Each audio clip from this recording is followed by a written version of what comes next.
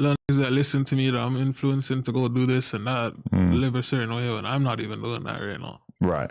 I'm in LA. I'm on fucking no jumper. Yeah.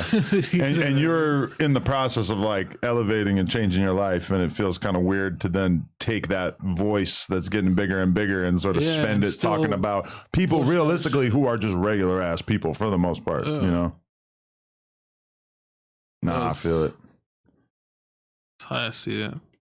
Definitely. But so, I mean, yeah, because like I feel like a lot of drill rappers, the ceiling on what they're doing is like very, very low. Like it's just like you might be able to get 1 million views on video or whatever, but realistically, the idea of you becoming like a big star is just not really happening. But I feel like with you, it's got to be a little different because I feel like people can probably see the potential that you could be a bigger artist and kind of really transcend the scene that you came up in.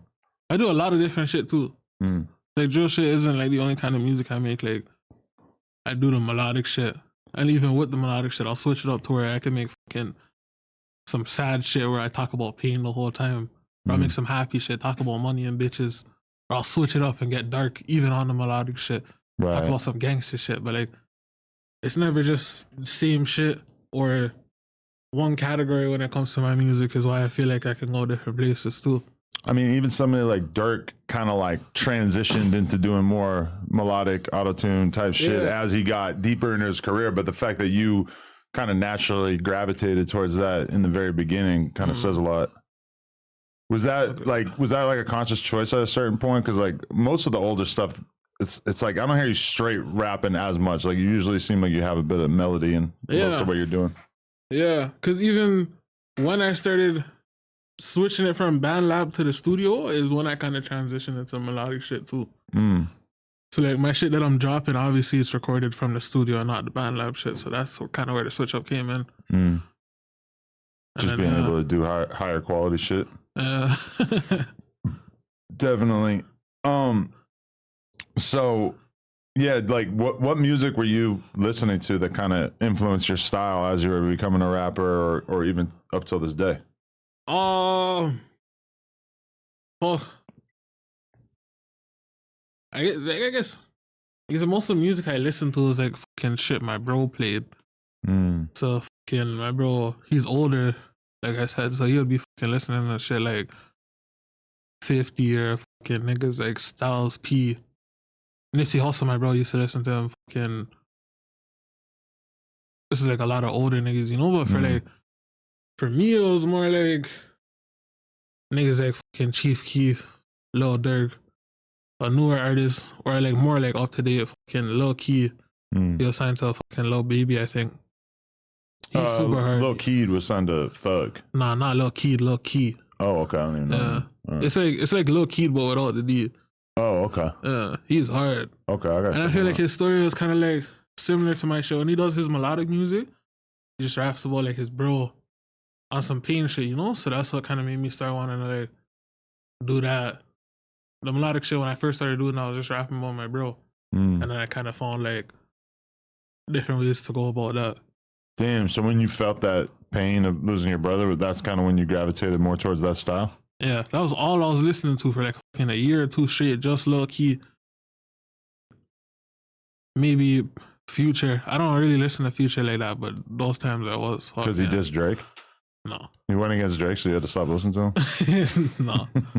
Let me out. That's like, yo, that's one thing too. Like, I love my city, shout out to Drake, but like, I'm not picking up other people's politics. Because like Drake's not coming to Toronto fucking dissing my ops, and like, you know what I mean? Right. I mean, that situation in particular, like Drake kind of responded to like basically everybody besides Future. It felt like he still had enough respect for Future that he didn't really want to jump into that with him for whatever reason. Yeah, Future's one of the GOATs for sure. He's up there. Yeah, he's been so huge for so long.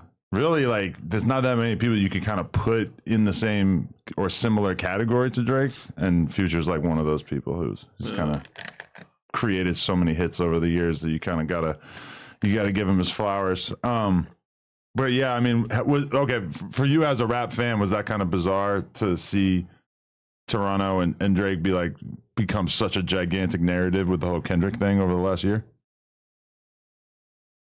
That shit was just weird to me. Like, I didn't even really pay attention to it.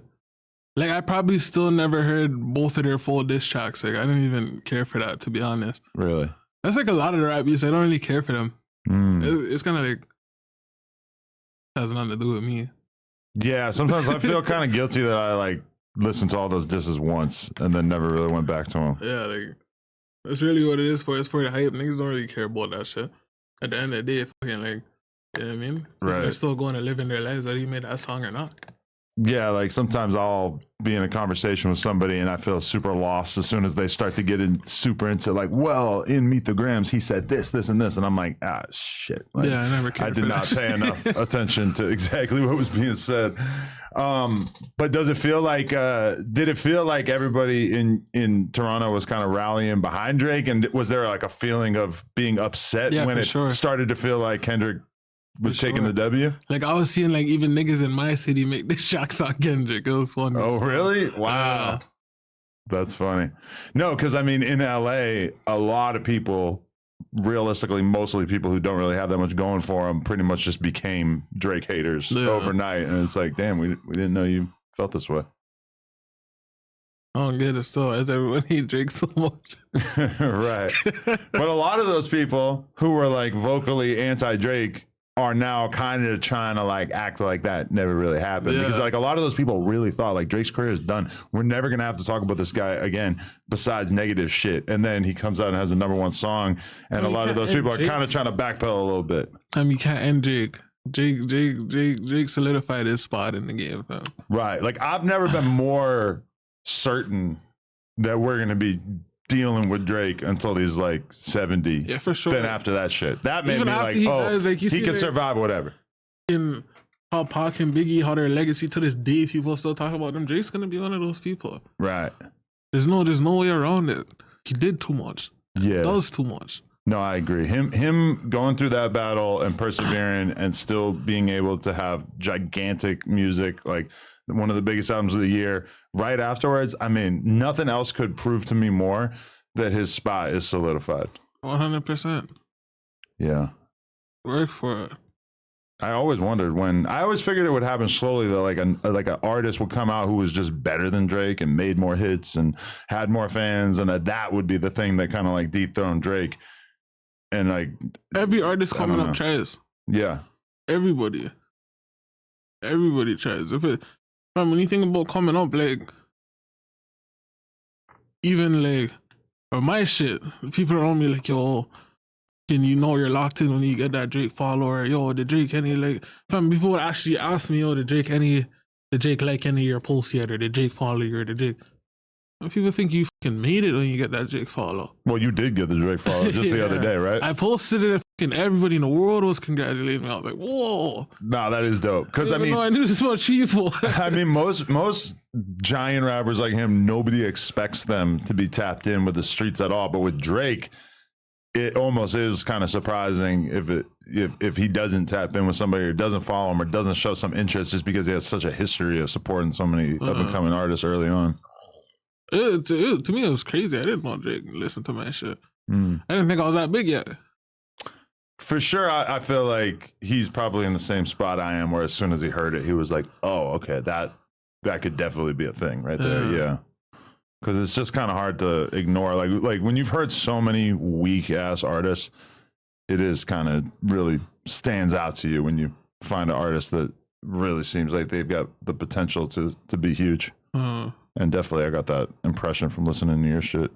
I appreciate that. Okay, so you just saw the clip, but did you know that you can watch this entire interview right now before it's released to the public, uncensored, by becoming a member for just $5 a month, and there's a lot of other crazy benefits as well. So make sure you hit the link down in the description and sign up. Appreciate y'all.